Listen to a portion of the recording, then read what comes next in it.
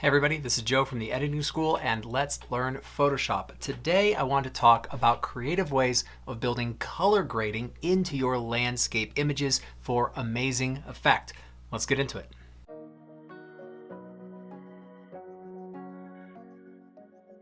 So here we are in Photoshop and I have this sunset at a lake and I just want more color punch from the sunset. I want it in the sky and I want it reflected in the water. And I want that to really pop. I want something exciting to happen with the color here. And I think that's going to make the image. In order to really build this, we need to understand the basics of color grading and how we can just add in a color of our own choosing into the image. Now, this is going to be more complex than the idea of simply adding in a photo filter. Let's do something that feels really fun and creative. Let's add in a transition from one color into another, running from the sunset. So I want a color transition that's going to be in the sky and the ground, but I don't want it to somehow affect all of the silhouetted area here. How do I do that? Well, I'm going to do a couple important things. I'm going to do a mask that does not include the dark areas. That's going to be really important for us. And I'm going to apply our effect only to the areas that are not silhouetted black. So let's make that selection first. The idea of masking based on brightness is called a luminosity mask. There are actually a number of ways to do a luminosity mask inside of Photoshop, but since we're working with silhouettes, we can go with the easiest of all methods, and that is through the color range selection tool. So with the background layer selected, what I'm going to do is come up to select color range, and people don't find a luminosity mask in here because they're not looking for it since it says color range. But there's a great luminosity masking trick inside of here. We're going to come into it and we get this dialog box, the color range selection dialog box. We can choose a sampled color, right? So I could choose these blues, or I could choose kind of the warmer tones over here. I could choose a pre-designed color, red, yellow, green, etc. But I could also choose brightness, the highlights, the midtones, and the shadows. Well, I would like to select the shadows to get a very restrictive selection of just the silhouettes and then invert that selection. That's going to make the most sense. Rather than trying to add to a midtone selection and add highlights into it, this should work pretty well. So let's come to shadows and we're going to get some options. If it is in red, it is selected. If it is not in red, it is not selected, right? And we actually end up with a selection of the inverse. And that's the important thing when you're paying attention to this. So I want the red to be everywhere except for these silhouette values, but then I have to invert the selection, as you're going to see. So I get a mask understanding right here of the selection. I could also view the image, but it's easier to view the selection. The range is how dark does it need to be in order to be included or excluded. But for silhouettes, I drag this way far down because I want it to be just at the very cutting edge of this silhouette. Now, fuzziness is feathering the edge of the mask. I don't need very much. A lot of masks we add to the fuzziness. Here, that eats away a little bit too much. I actually want to bring it down. That feels pretty good to me, though you could adjust the values a little bit. If I do that, I've selected the dark regions, the opposite of what I want. What I want to do is invert the selection to the bright region. So here's how you invert a selection. Command or Control plus Shift plus the letter I, and it inverts the selection.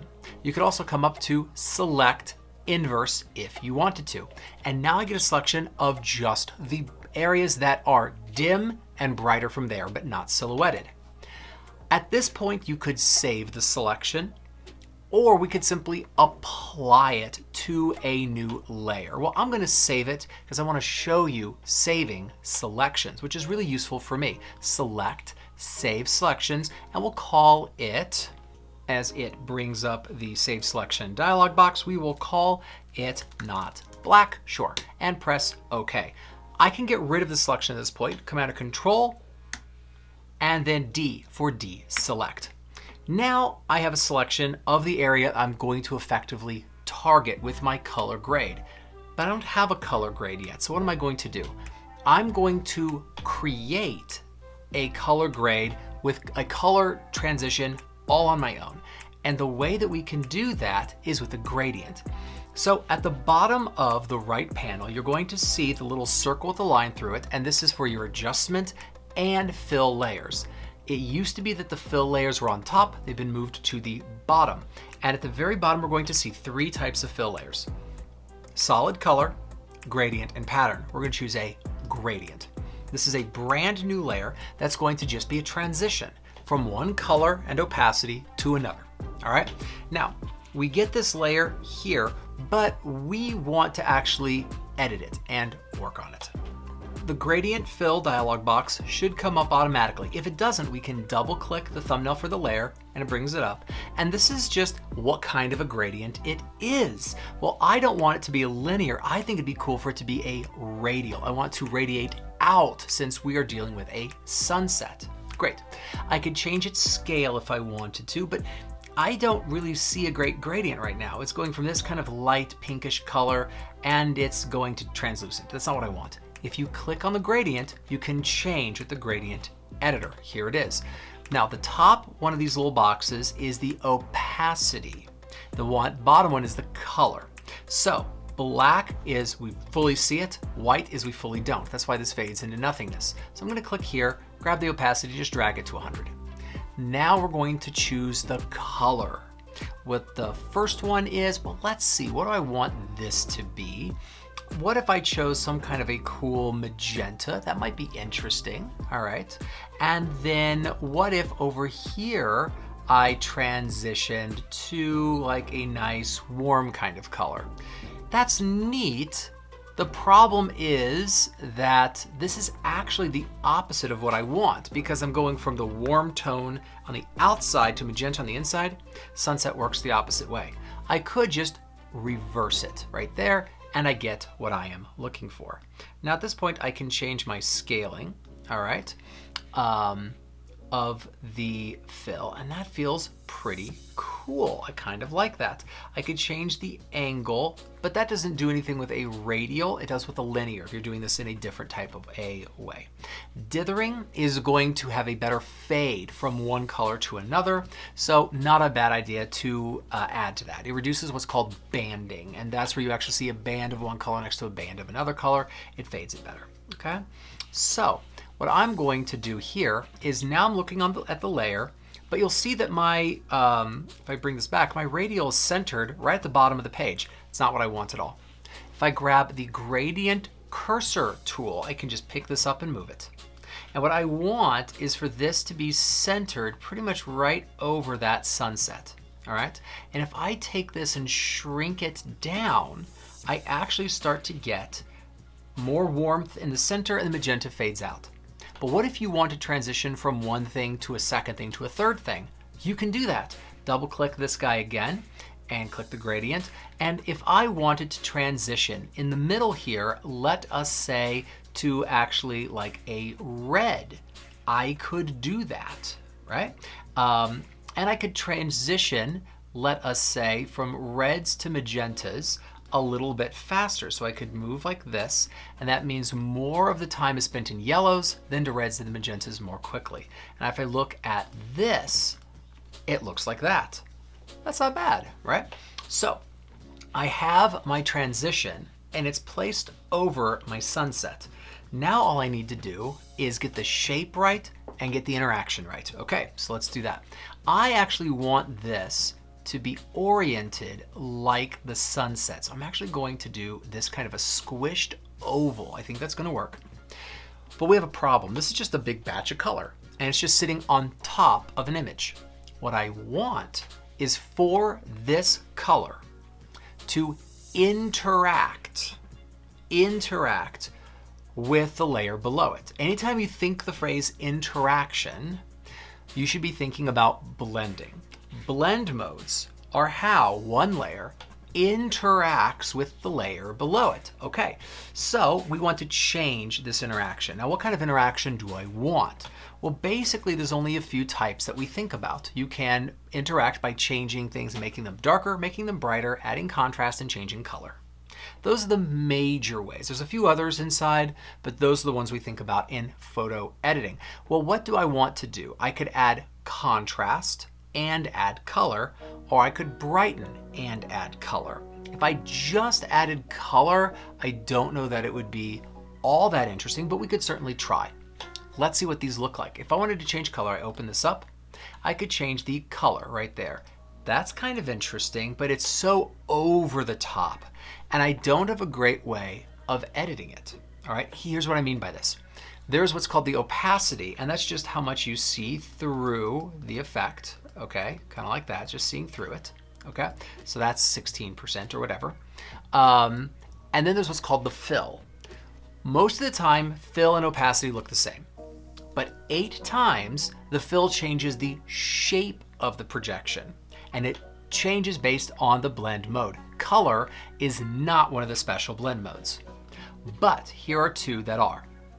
Color dodge brightens and adds color, and vivid light adds contrast and adds color. So when we initially look at vivid light, which is what I think I might use here for adding contrast, it's way over the top. But I can change the shape of the projection by changing the fill. So if I drop this, let us say to 35, maybe a little bit much, maybe, let's call it 30 for the moment, I'm starting to get something that has a very cool feel to it. But I've got a problem.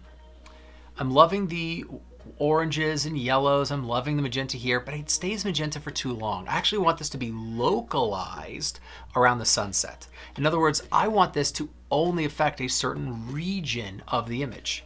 Here's how we're going to do it. Take this layer and put it into a group, Command-Control-G.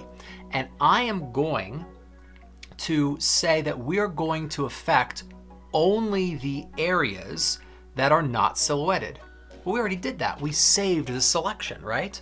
Saved selections are channels. Channels are saved selections. So if you come to channels, not black is right here, drag it to the group. Boom. And now it's not affecting any of the silhouette, but it's also everywhere. I want it localized, radiating out from the sun. That's a mask. Here's how we do it. We're going to click on the mask of the gradient layer. And now what I need, after clicking on the mask, is for the foreground and background color to be white over black. If they're not, D to default, X to toggle until it's white over black. Then, up at the top I need to have the gradient cursor tool selected, which it has been here, but if it's not, gradient cursor tool. Come up to the top, click on the color selection for your gradient. And if you have white over black, underneath basics, you will see white to black. Here's why. Under basics, the very first option is always foreground transitioned to background. The second is always foreground to transparent. The third is always black transitioned to white. We're going to choose white to black, and I want a radial gradient, which I choose right here. From the sun, now I can click out. All right. But that's the opposite of what I want. That's no big deal because, reverse was turned on there. No big deal. If I just unclick reverse, boom, look at what I get. Now I can drag this out, I can bring this up, and there's my color pop. And if I drag this a little bit taller, like to there, that feels pretty good. If I think the effect is too much, right, I could just take the opacity down, right? There's 70. And here's the halfway transition point, right? If I bring this in, we transition the mask's gradient from white in the center to black on the outside faster, which reduces the amount. Let me show you what this looks like. Okay, if I bring this in, we transition to black sooner, so we see less of the effect. If I transition out, we see more of it. I want this to be a little bit more localized. Let's go there. By the way, to see a mask, hold Alt or Option, click on the mask, and you'll view it or stop viewing it. And there we go, just so you see before, after. And that is how we can just pick a color and transition from one color to a second to a third as part of our color grade. We could just make it up, and using gradient layers and changing the blend modes, we can make it happen.